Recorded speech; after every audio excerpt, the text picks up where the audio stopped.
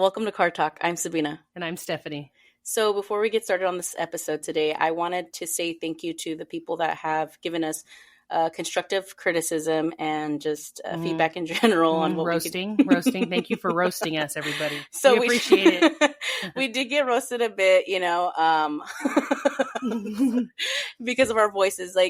I know me and Steph talked about this before, and obviously I mentioned to before, I know I sound like I'm giving, a presentation, and that I sound like I'm on the news, especially when Steph. This just in. Basically. So, and it's good because we need to know how we sound sometimes. It is what it is. This is our voices. Yeah. Sorry. I don't know. Somebody, one of my good friends, she's always capping on me and everything like that. And she's like, hey, I just want to let you know, we always joke, she's gay too. She's funny. It's not like that. But she goes, hey, I just want to let you know, you have a sexy voice. I'm like, shut up, dude. And kiss an ass. No. And then she knows Steph. So she was like, hey, I just want to let you know, Steph sounds like she's wearing a skirt.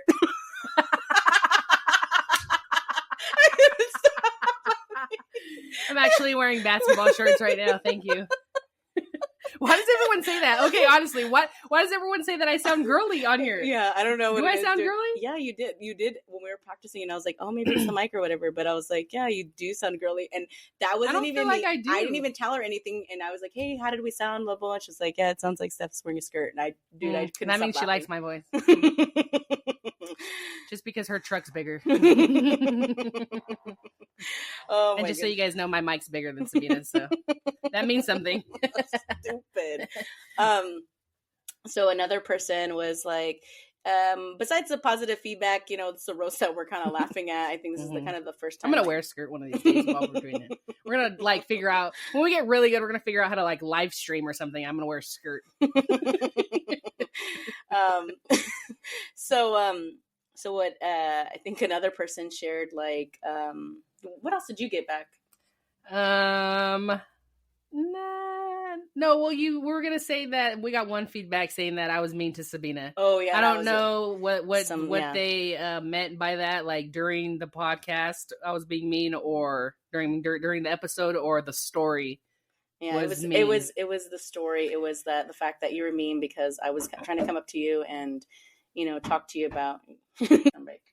Okay, right, and we're back. Sorry, we had to take a little break real quick. Yeah, but so we were talking about, so someone saying that I was being mean to her, regardless if it was a story or something. Just know, I'm not being mean to her. We're not being mean to each other. We roast each other. That's our friend. That's our whole friendship, basically. I feel like she was mean and judgmental to everybody. Oh my God. Here we go. She said you were very mean to me and everything. I wasn't being mean to her. No, she wasn't, and it's just a story. I think that was just something that we don't easily get offended by each other, and if we're bothered by something, then we tell each other and we talk about things like, this is how you made me feel or whatever. But I feel like it's rare that we have to do that. Yeah, we don't hurt each other's feelings. We know we're kidding. Yeah, all love here, all love. Yeah.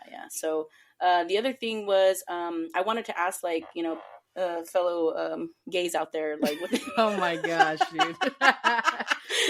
Some gay people out there, their opinion about the podcast and everything like that. And I went to my brother, and he's such a diva. I mean, everybody loves him. I bring him around my friends and everything, and everyone's like, oh my God, your brother. Oh my God, he's so funny. And he knows it too. If I had to describe my brother, he's a feral cat, dude. He's all the time, literally will hiss at you. Yeah, but he's cool. I hung out with him. He's very cool. Yeah, he's all right. So, he's all right.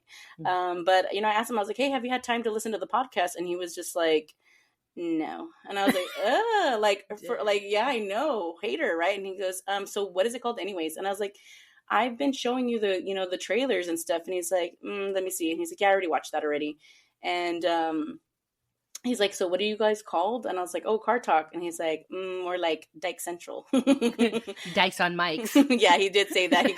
He kept going. He's like, remember Spike TV? And I go, yeah. And he goes, Dyke TV. I was like, sure. Haters are going to hate. Yeah, so he was pretty funny. It was all jokes with him. Yeah. And, and for the record, when we were talking about, sharing that with, some people, it's like, some people get offended by the word dyke. I think it has a lot of historical context depending on the generation and stuff like that. And I mean, of course, we don't identify as dykes. Do you identify as a dyke? Man, why are you asking me that? No. Yeah, so No, there's we're like a not. lot of labels out there, and we'll get into that like another topic and stuff. Sometimes it's sensitive per people. I mean, I don't. I mean, it just depends on your context of things. If somebody's gonna be like, "You stupid dyke" or something, I'd be like, "I'm not even a dyke." Like, I wouldn't consider myself a dyke, But yeah, I mean, It's just the context of it, how you take it. We don't mean it in a bad way. yeah, We're don't. just joking. If we ever say it on here, it's just to be funny. It's not being serious. Yeah, and just labels in general. You got like all that stud and stuff, and we don't really care. We don't for even that know. Stuff. I don't even know what I don't even know what half of those words mean. To be honest, I don't know. It's just labels. I mean, if I'm gonna give a description, I'm just gonna say like I'm a tomboy, and that's it. And Steph's a girly girl. Yeah, I'm a girly girl that wears a skirt, I guess. Steph likes to wear makeup on occasion, so the bigger the hoop, the bigger the hoop. I go to sleep with what's it called? Curls in my hair. Oh my gosh. Okay, right. So all right, moving on from that. What are we talking about today? Was that all that we had for feedback? What the feedback? Somebody said that they could picture us doing it with a lisp. So they said, like, welcome to Car Talk. My name is Sabina. Oh my god. And I'm Stephanie. Yeah, so I was like, okay, well, that's that reminds me of the bench warmers. When that guy has spitting everywhere. Sammy Sprinkler. Sammy Sprinkler. I think that was about it. But yeah, we got some topics to talk about, some ideas and everything like that. And we appreciate all that. We appreciate you guys roasting because, we can take a joke. Mm-hmm. That means you guys listen to us. So go ahead, keep listening. Keep those roasts going. So today's episode is going to be about the work-life balance, it doesn't necessarily have to be in law enforcement, but obviously that's kind of what we're geared towards because, and just for the record, we no longer work as a correctional officer anymore. Mm-hmm. We both left on the same day. Sabina put in her 2 weeks, and I wrote on the back, "Me too." That's actually a funny story. Yeah, remember we went to the sergeant's office, and we were like, "Hey, we're we came in and they were like, "Hey, so we're putting in our 2 weeks," and the sergeant was like, "What?" And they were like, "Yeah, we are." Like, and I said, "Can you just whatever Sabina wrote on hers? Can you just duplicate that and write my name? That's fine. I don't want to write one." Yeah, so we weren't taken serious. Remember? Yeah, they thought we were joking because we're jokesters, obviously, so they didn't think we were. Yeah, they serious, but we were. We were, and we left. We left on good terms. Yeah, nothing bad from there. Yeah, we didn't resign. I say we retired. I always say like, "Oh, I retired." To me, like we're 57 years old or something. We retired from the job, and yeah, I mean, basically it. We threw a pizza party, and those of you who got to partake, great for you. And it wasn't a pizza party that was taken. It was actually from our hardworking money. It was mine and Steph's. We, got our money and we purchased it. We purchased some pizza and did a pizza party. It's not like it was those regular it was good. pizza parties that, sometimes randomly happen there. But moving on. Okay, so this episode is going to be about work-life balance. And this episode is important because we don't want to be miserable at work, and we definitely do not want to be miserable at home. So creating healthy habits and routines will help us better handle the work-life balance. Right? Yes, especially in high-demanding jobs. Exactly, yes, exactly. Took the words right out of my mouth. Thank you. So just a disclaimer real quick. We're not certified nutritionists, so we're not going to tell you how to meal prep. We're not counting macros, calories. No steps. No steps. And we're not mental health specialists, so we can't diagnose you. And last but not least, we are not a physical fitness instructor, so we are not training here. Yeah. We're not going to come up with a workout plan for you. That's something that you guys got to do on your own. Right. And also, too, a lot of our examples are going to be related to working in law enforcement as correctional officers. And that's just because that's where mine and Sabina's experience together comes from.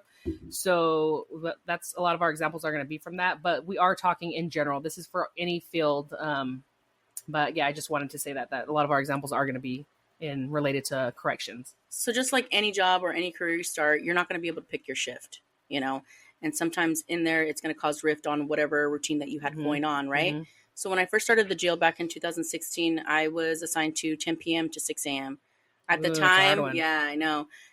Yeah, especially during the day because everything is during the day. When you got to go grocery shopping, when you got to go to your doctor's appointments, like all that is scheduled during the day. So at the time, I didn't have a partner, and my son was about 4 years old. So even then, you got to entertain them, and I'm pretty sure they don't want to take a nap during the day, especially if they were asleep at 10 p.m., Yeah. So who did you have watch him then overnight?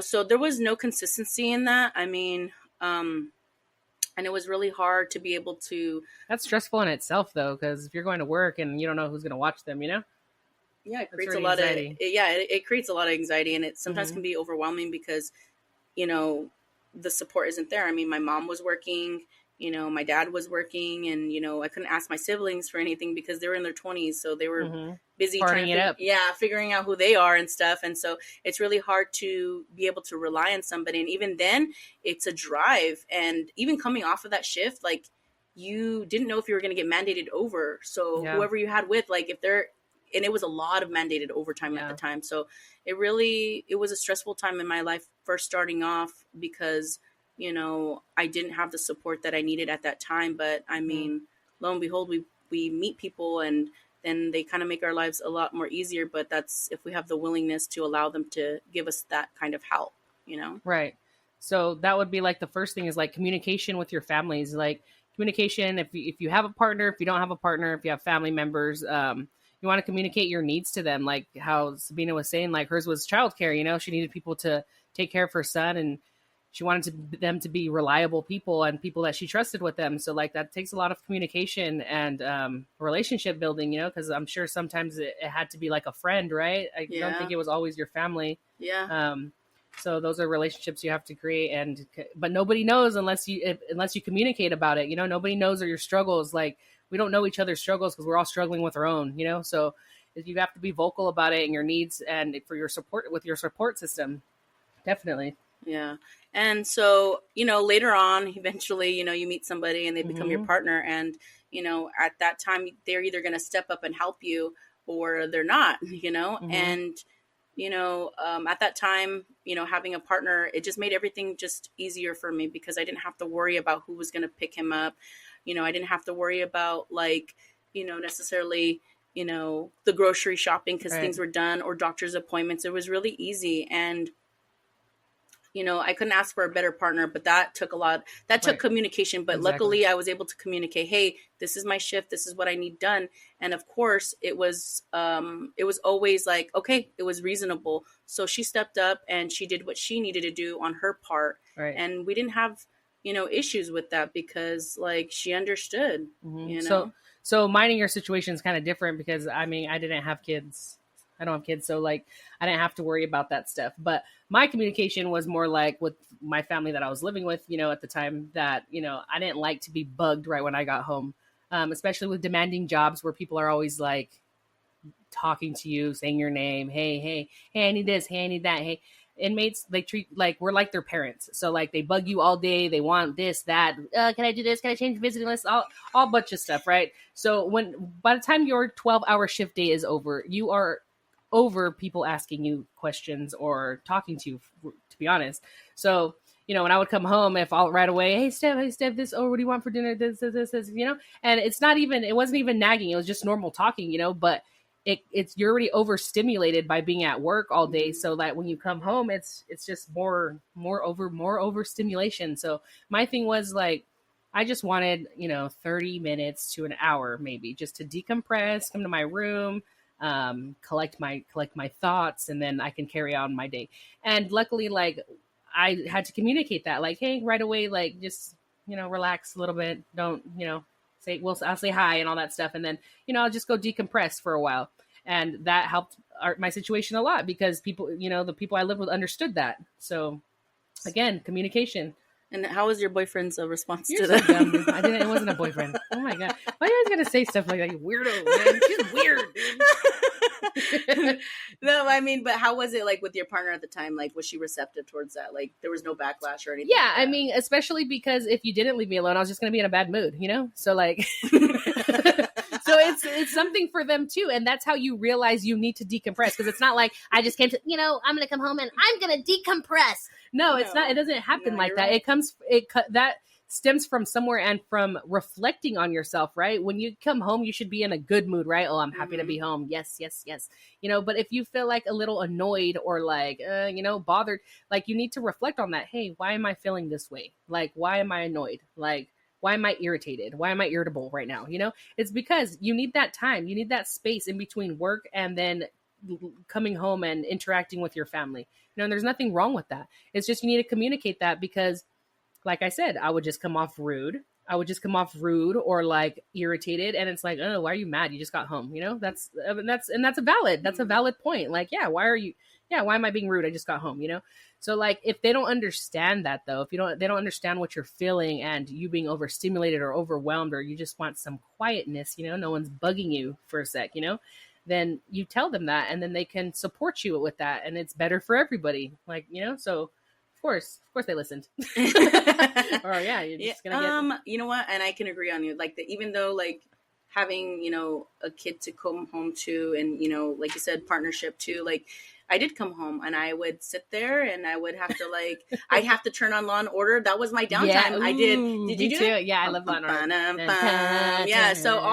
So that was my, like, I go from law enforcement to come home to watch more law enforcement. Yes, but I mean, whatever that is for you to help you decompress, whether that's video games or taking a walk right after you get home from work. But I can't picture, honestly, I can't be like, I walked 10,000 steps at work, 14 miles. I remember one time I did put on my steps working first floor, and it was 14,000 steps, or was it 14 miles? I can't remember. Yeah, I did that one time. And I was like, wow. I was like, whoa. I walked, but I was like, I wouldn't be willing to walk to the grocery store, you know? No. But coming home, I needed to decompress too. And sometimes, I mean, my request was an hour to 2 hours. And when I communicated that, because obviously she saw when I got home, like I was in a certain mood, and I'm like, oh, this is my day. And sometimes, you know, talking about your day, you know, helps them understand what's going on or what the life is like over there, because it's a very stressful job. It is very stressful. And when you're working not only with different personalities, you know, there to get the job done, it doesn't always go the way that you would like, because you're not only on one floor, on a regular floor, it was like over 200 people. I'm dealing with over 200 personalities on the floor. Okay. Every single time I go in there to check on them and make sure they're okay, you know, what is it? An hour check. I'm dealing with over 200 people every single day. So for me to come home after being, you know, dealing with all these different personalities and finding ways to communicate to them, you know, of course, one thing that a sergeant told me, and I'll never forget, is she told me, she was like, you know, this job, you know, it gets you feeling a certain way, but you know, the people that you should have the most patience for is the people that you have at home. Yeah, and it's true. We give all ourselves when we're at work, and then we come home and have nothing. Just kidding. Nothing Just left. Kidding. You know, and honestly, I was like, wow, that was deep, and that was so important, because even though that's common sense, right? That's common for you. Like, you're right. Sense, yeah. But we don't actually realize, you know, the effects on us. Like, we don't, you know, like coming home, like, hey, this, hold on real quick. Let me take off this uniform. We need to go to the store. Hey, we need to do this. It's like, okay. Okay, you know, you just, the people that you should have the most patience for is your family. It's your support system, because that's one way to push them away. You know, so, and that goes for all these high demanding careers and jobs. Like, you know, you got to make time for the people that you love, and you got to communicate. Yeah. So as that brings us to our next topic as well, is you have to make time for your hobbies and your friends and your families that you hung around before you started the job. Especially for places like the jail, like law enforcement, you spend long hours with people there. So you build relationships, you build different friendships, you know, but it's important to keep those ties you had before you entered in that field, because you don't want your whole life to be consumed with your work. Like, it's just not healthy.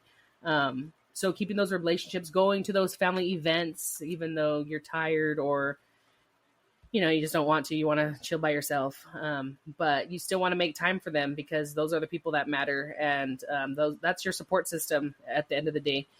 And it's just healthy to be that way, right? Yeah, because I mean, when you're first getting into law enforcement, you know, specifically in law enforcement, you get really excited because they sell you on like, oh, this is not a job, this is a career, you know, and we've heard We're that. A family. Yeah.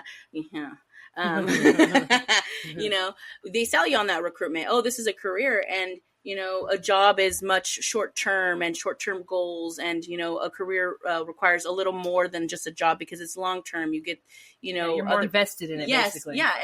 And they sell you on this career is like more more prestige, and so remember, when you're coming into law enforcement, you have to keep a humble mindset, and I feel like that's people coming in that's never like, oh, I'm wearing a badge, oh, I'm uniform, and so you allow that to get to your head and be consumed with what you're fed.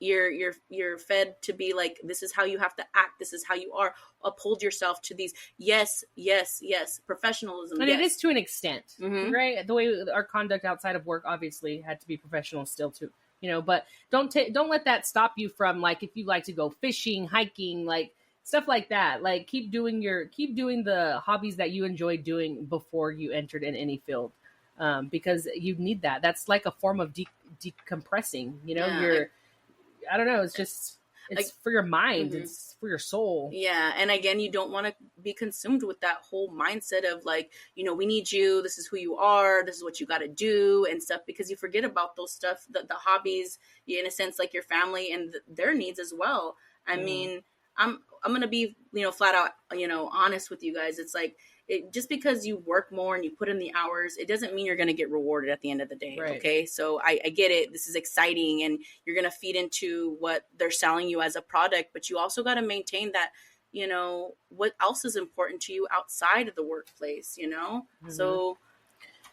So that brings me to another topic of, so when we, especially at jail, we're there for 8, 12, 16 hours a day. So a thing that a lot of people do look forward to there is food, and eating the good food and always ordering out. And that's great. And I think, people get kind of consumed with it though, that like, once you start doing it every day, yeah, the food's good. But I mean, you start putting on a couple pounds and 10 pounds and then 25 pounds and then 50 pounds. And then, oh shit, I need a new shirt, or some new pants. And trust me, it happens to a lot. I don't know about other fields, but correction officers for sure. I know food is a big deal. And I feel like it is just because it's somewhat like of a little escape, you're in a negative environment for so long. You're inside, you're not seeing the sun, like that. I just feel like a lot of officers use that as like an escape to get something good. It's something good they can look forward to. It's something good to look forward to every day. But they don't realize that, too much good food kind of catches up to you, especially if it's not very healthy. So just be mindful of that, like reflect, like, I've eaten out like, 3 days in a row. Maybe I shouldn't today. Maybe I should take something healthy or something. So it's just always reflecting on yourself and your habits and how you're treating yourself and your body, which will also like allow you to like have a healthier balance between two, because you're gonna feel good, you're gonna feel better, and you're gonna think clearer. And yeah. So, and going along with what Steph said about the whole eating thing and everything like that, we don't know why you eat so much. No, but hear me out right now. I think that like, okay, so when you're in there, you're like you said, like you're mandated overtime. Like I said, so I'm on a shitty shift, 10 p.m. to 6 a.m. So we already know, like, I'm pretty sure I've already had dinner at 6 p.m., but I'm eating at 10 p.m. Yeah, it's I'm eating at unhealthy. Exactly, because you work overnight, you're eating at 3 a.m.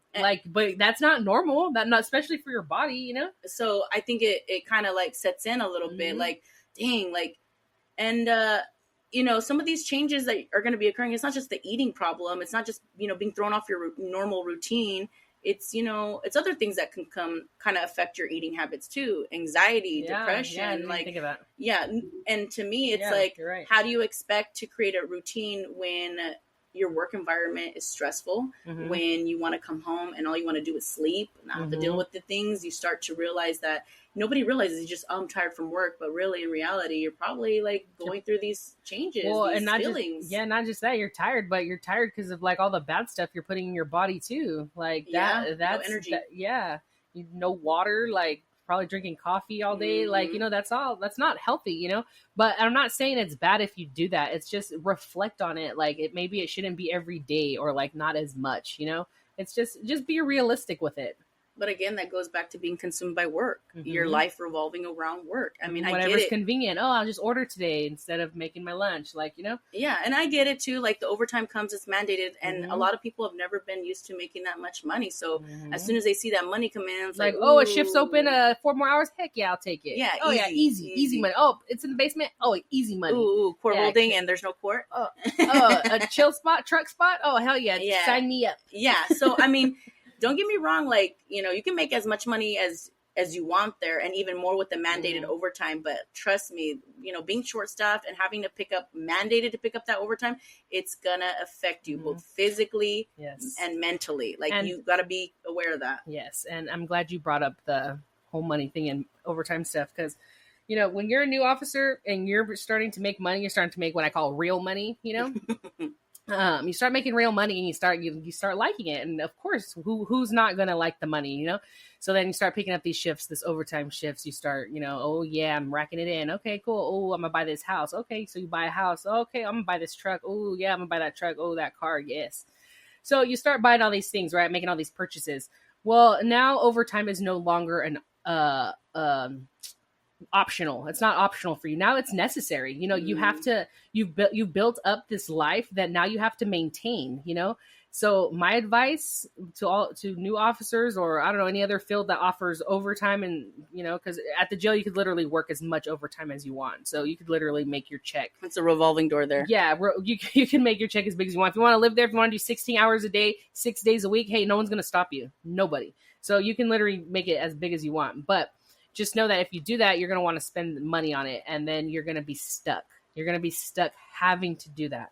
So my advice to the new officers is just live off your base salary. Whatever you make an overtime, hey, you save it, or, you buy something when you have all the money for it. But you don't want to get stuck having to do that. And I've seen it happen. Like, I've seen new officers come in here. They do all this. Oh, I just bought a house, okay, cool. Like, congratulations, but now they're stuck. They're stuck doing that. They're stuck doing 40 hours of overtime a week, and it's cool. Like, after year one, it's nothing. I could keep doing. Year two, cool. Okay. 3, 5 years, 10 years down the line, no, it's going to catch up to you. You're not going to want to be doing 60 plus hours a week in that facility. And that's true, because I've been there where there's guys there that work there, and they're the breadwinners, and they have to keep up with the lavish, lifestyles of, their wives, and the kids and all that stuff. And honestly, I'd sit back and I'd be like, oh my gosh, poor you. I feel bad for you. I'm being serious. Yeah. No, I'm being serious. No, some people legit live there. No, yeah, they do. Live there like I said, 6 days, 16-hour shifts. You can smell who lives there. Like, and just know that the more I know. And the longer you're there, the more unhealthy it is for you. The more you're not being outside, the more you're not eating properly, the more you're not getting your physical fitness in, the more you're not doing things to decompress. So just remember that, like, money's good, but it's not everything if you don't feel good, Yeah, you're a lot more susceptible to those things once you become, consumed by work. And people got to realize that being in an environment like that, no offense, it's depressing, it's stressful, but, seeing what happens there, it's not just like, oh, I hate this thing. I hate that people tell us, oh, you're certified babysitters. Oh, well, those are people who are never in the field. But see, those are the same people that say, "Oh, I would never work in a jail." I bet you wouldn't. Well, yeah, it's not for everybody. It's not. That's just like any field, though. So think whatever's good for somebody is not going to be good for me. Whatever's good for me, it's not going to be good for them. So yeah, and I remember when I first started too. Somebody said like, "You're in the valley of the beasts." Yeah, that's what he said, and he's like, "So you be careful, because there's a lot of things here that happen that will affect you, and you won't even know it." I like my training officer's take on it. He always said to me, working here every day is an adventure. But he said it better because he had a thick accent. So it sounded better. It sounded his accent. Yeah, I can't.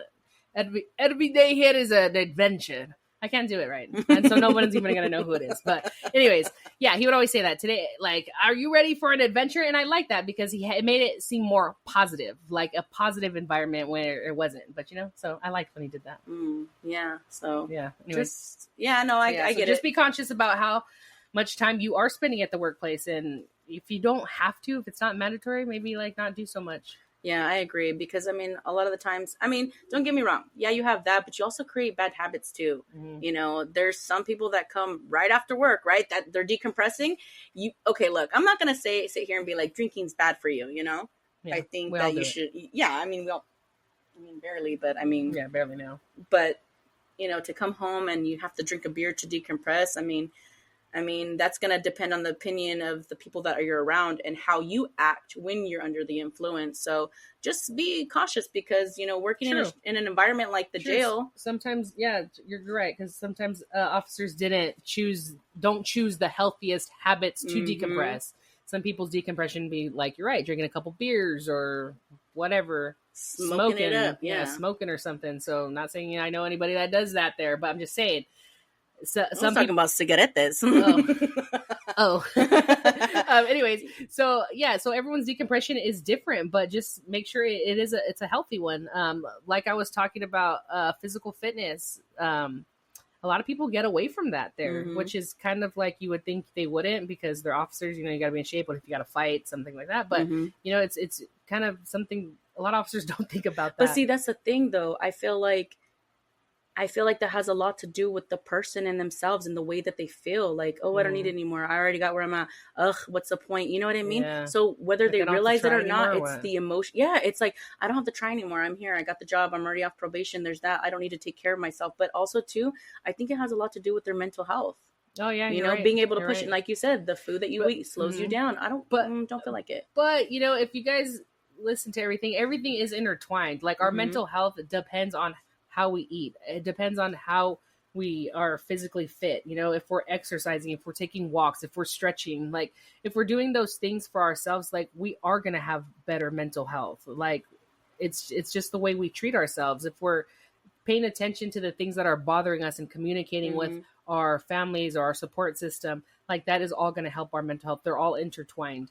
What we put into our bodies, it all goes together. And there's extremes that people create these bad habits. I mean, you don't even realize it until it's too late. I mean, you got people that are addicted to, and it's drugs too, because I've heard stories too, being there and having to stay up late. I've heard about, you know, cocaine and meth, and that shit's serious. It's fucking serious. But again, we don't know the situation, but I'm pretty sure it had to do with doing overtime, staying up, you know, keep on going. And it's just like it's just a different reality in there. I can't explain it, but like when you're around that environment for too long, like you might get sucked into it depending on if you're kind of like mentally strong or not.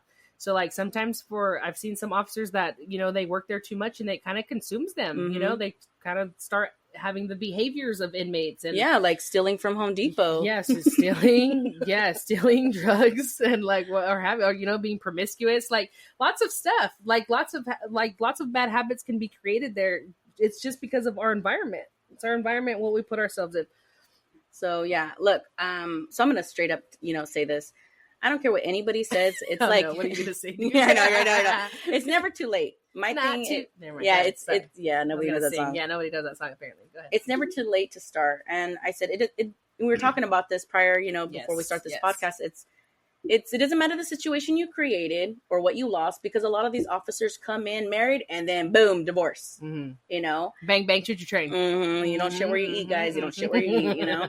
And it's never too late to, you know, work on becoming better, stop a bad habit and work on your mindset. Because I hate that. Like, this is what it is. This is what I've been doing this for 10 years, so I'm just going to keep doing this. No, that's miserable. Why do you want, just think about it like this. Why do you want every year to be like the last year? You know, don't repeat the same life, you know, don't repeat the same life over and over and over again. Like our lives are always going to change. So we're always going to need to reflect and to adjust. And there's nothing wrong with that. Like we're going to always have to adjust. Our shifts change, different partners we're with, or they get in a different job, or now you have kids, or, you know, your life is constantly going to change. So don't think that like, just because you have a good routine now, it's always going to be that way. We always have to reflect on ourselves and our situations and how we feel. Yeah, I agree. And I feel like a lot of that reevaluation should be done constantly, especially when changes come in. But nobody wants to be around a party pooper. Nobody wants to be around somebody that's like, you know, negative. Pooper, yeah, negative. Yes. And there's some people there, and that's the thing. Yes, that's what you. Yes, like perfect I get example. it. Like, dude, your home life is not happy, Yes. but Why are whatever you you grumpy have, here? go home. Get Yes. off the floor. And yes, because that's a perfect point that Sabina just brought up, because we can tell, like, just so everyone knows, all the disgruntled people out there, like your coworkers can tell, like, when there's an officer has a chip on their shoulder, or they're just always grumpy, or they're just always rude to inmates for no reason. Like, we know you have a bad home life. We know you're unhappy. We know you're unhappy. We know you're miserable, whether it's the job that makes you miserable or your home life. I don't know, but you're miserable somewhere. So you got to figure it out, because like, that's no way to live. Why do you want to like walk around with that aura of negativity? Like, nobody wants to be around that. Nobody, that's not what life's about. Like, come on, we want to enjoy life. Like, work is not supposed to like kill us. Yeah, and I get it. It's not like, I know it's not the best environment, but dude, like, if you don't like it, it's your choice. Yeah, you choose to get up every day and go to a job that makes you get unhappy. a new job if you don't like it. That's the thing. Said that. Every time someone was grumpy outside, okay, get another job then. Why are you so grumpy? Yeah, but I feel like if you're gonna be a part of those, I get it. We're gonna get complaints all the time, right? We're gonna say like, I'm not happy, being here at this job place. But what are you doing about it? Yeah. What are you doing it for yourself too? Yeah, and I'm not saying that people don't have bad days. I'm not saying that. Like, of course, like sometimes, you're grumpy, or, you had a bad day. Like, you're just having a bad day. That's fine. I'm just talking about those consistent people. That doesn't matter if it's Monday, Thursday, Friday, whatever day, they're grumpy, like, you already know. Like, so. And you know what, a big thing too, it's like, there's that, right? Being grumpy and coming to work, but also when you're a disgruntled employee, I feel like that's totally different from bringing your shit from home to work. Yeah. Sure. Now you're gonna deal with this stuff. My wife talks to me like this, and you're not gonna talk to me like that because I have to deal with that home. Or it comes, like again, it shows. I'm not trying to, it shows, like, the men that don't wear the pants at home. It shows, like, it shows how you talk to inmates. It shows how you talk to other officers. You want to be the control, like, person in control, like, I get it, but oh well, whatever. So going back to disgruntled employees, like, we get it. A lot of this, a lot of the way we feel at work and our work ethic, it comes from that morale. Right. Yeah. So, I mean, if you're in a place, which, like, most places, everyone's like, there's politics everywhere. You go to McDonald's, there's politics. Yeah, every job I've had. I feel like, okay, so, job. Since leaving the jail, honestly, I understand politics, but I feel like I've been treated with the utmost respect. Like, it's crazy. We'll get into another topic there. But, not to stray away from that morale, like, being at the jail, like, how morale is so bad. I mean, you wonder why you have like a really bad turnover rate, and it's true. We're saying it's a revolving door, and that goes a lot with management. Management, that's another topic as well. Yeah, that is. Management itself, I know. Before I get into that too, let me tell you this. So let me just say this right here. I'm just saying, like, just because you didn't get that promotion, just because you didn't get a promotion or that position, don't get down on yourselves. We get it. Like, I know for a fact that it sucks. It sucks to, see that, officer who was probably in the security station most of their career. Probably doing their makeup the whole time, or probably watching novelas or whatever, like, whatever they do, No actual real floor experience, and the skills that don't escalate, but escalate situations when they are put on the floor, because they lack communication skills. But it sucks. And I've seen them get promoted. Yeah, it does. And it's like, are you serious? Like, I got to take questions from, or take orders. I take orders from Tweedledee and Tweedledum now. Like, I can't believe it. But it's like, all right, guys, did you put in that for that promotion? You know what I mean? No. So you have, in a sense, to a certain extent, you have nobody to blame but yourself. But I get it. How many times have you been pumped up to put in for a position? You're going to get it. And then, like, you have that expectation you're going to get it, and they give it to somebody less qualified or less, experienced. And it's heartbreaking. But, you made a good point when we were talking about this stuff, about how, at the end of the day, like, you shouldn't be doing this job to please people and to be wearing the stripes. Like, yeah, that's important and stuff, but you got to do it for yourself, because don't be hard on yourself, because at the end of the day, you got to do it because you want to do the job. You truly like the job, and you just want to do the right thing. And, you want to do your job right because it matters to you, not because you want a promotion. Obviously, everyone wants to, like, move up the rankings and, do all that, make more money, and that's fine. But don't let that be your only motivation. You have to do it because you want to do it. Because you just genuinely care about your position in whatever field you're in. But yeah, don't do it for anybody but yourself. Don't let the politics affect your work ethic. Because that's also a thing that goes back to mental health, right? So now you're just discouraged, disgruntled. Now you're not doing your job very well. Like, it's just a ripple effect. So just don't be too hard on yourself. Yeah, because that's ultimately, it's going to affect your work ethic. And how many times have we seen really great officers become like distraught or discouraged? It happened all the time. And it sucks because I'm like, dang, they were really good, but things happen and they don't get what they want and stuff, and then they become they go in downward spiral. Yeah, they do. Like, I'm gonna do the bare minimum now. I'm just gonna do whatever. Like, I'm not gonna get involved in things. Like, don't do that. It's no means no, not yet. And if there's things that you need to work on those things. And if you're an officer that's constantly on the radar with things and feel like you're getting picked on, then my advice to you, speaking from experience, is to pick a shift where you can lay low, no matter the cost. Stay out of, big situations, because where the positions are at, Basement. Yes. But I mean, lay low for a little bit and make that comeback. Work on what you need to work on and, move forward and get over those things that, you didn't get. Yeah. Just don't let other officers or sergeants or corporals' perspectives of you determine who you are, because you know who you are. Like, you know who you are, you know what your worth is, and you know how much you care about your job and stuff like that. So don't let anybody get you down about that. And if you're unhappy, make sure that your partner knows that too, because you guys can come up with a plan. I mean, that's what they're there for you to communicate and talk like, hey babe, I'm not happy where I'm at, and this is what I want to do, and let's make money moves, make to those be able to exactly make a plan. That's my thing. Make a plan so that you can start working towards it, because when you give yourself that plan, you're seeing where you're going to go. You see that goal in the distance, like, okay, yes, I'm working in a stressful environment. Yes, I don't like it. Yes, I don't like management. It's not doing what I need them. It's not fulfilling yourself. It's not being fulfilled. Yeah, I'm because at the end of the day, it comes from being underappreciated. Right. Being lied to. Yes. Hypocrisy there. Yes. So at the end of the day, always just take care of yourself. Make sure you listen to yourself, your body, your feelings. Like I've heard this other podcast. Gosh, Rob Dial, dude. I'm gonna do a shout out to Rob Dial. Shout out to Rob Dial, because Mindset Mentor. Just so you guys know. Oh my gosh, dude.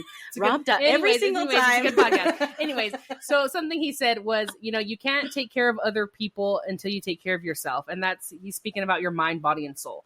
And that's why I say always take care of your mental health, always take care of your body, and always take care of your soul. So like, always do something that's like just genuinely just makes you happy, that those are your hobbies and all those things we're talking about. So always keep that in mind. So take care of yourself first, and you can't expect to give your 100% if you are not at your 100%. So just always keep that in mind, and also to get your sleep, because that's another tip, is I'm gonna say I especially working at the jail, like sleep, I think I would get like 4 to 6 hours of sleep regularly. Like, I don't know about you, but that's how much I would get waking up at like 4 a.m. That I would get like 4 to 5 hours of sleep. So not knowing it, I was probably sleep deprived the whole time I was there, to be honest, but I think I just like grew accustomed to it. Like, I think I just adapted to it, because now I need my 8 hours. Like, I get my 8 hours of sleep, and I can tell the difference for sure. I feel better. Like, I feel more like alert, but you don't know that until you give yourself the sleep. It's weird, because when I was sleeping just 5 hours, 6 hours, like, I still felt good. I didn't feel like I was like denial. Yeah. Yeah, you don't feel it. But again, that's why you just have to reflect on yourself. I've only been sleeping 4 hours every day. Maybe I should get some sleep, Yeah. So just reflect. And so, yeah, I mean, Steph basically went over the do's and stuff like that. So just don't be consumed with work. Don't beat yourself up over the promotion or position you didn't get. Don't shit where you eat. Don't do it. Don't do it. Don't. Yeah, oh my gosh. Don't like. We didn't even talk about. That's what I know, but it was just brief. That's why. Just don't cause more problems for yourself in the workplace than necessary. Especially, like, you're there. Yeah, you're there to be a professional. You're there to do your job. So don't be banging everything. Like, you know, like I don't know how else to put it, but like, okay, just and know, medical like, staff if you counts. medical staff counts. Stop banging, because like it just gets you guys into sticky situations, you know. Everything goes. Look, a training officer on the patrol side said this.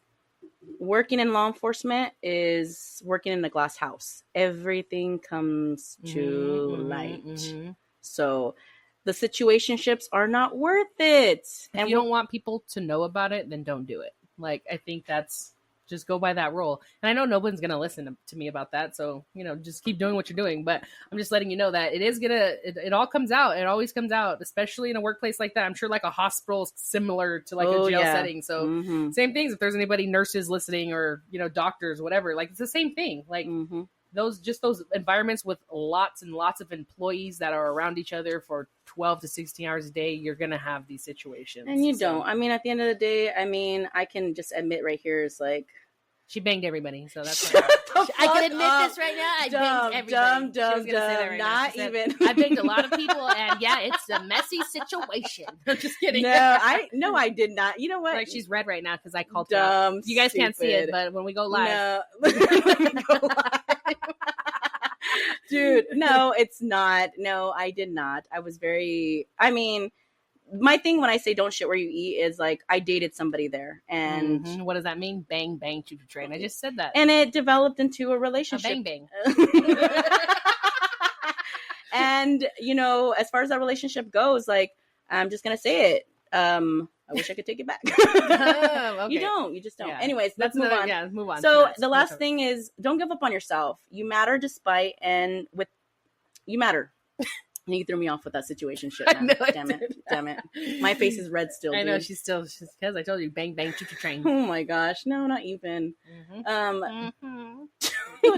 Stop it, Steph. Okay. I'm gonna tell all Steph's secrets right now. You're not. So don't give up on yourself, and despite the negative obstacles that you have to overcome and endure your time at the workplace, not just the jail.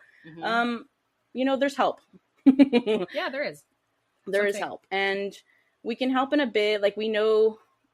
I don't know anything. I don't know what she's saying.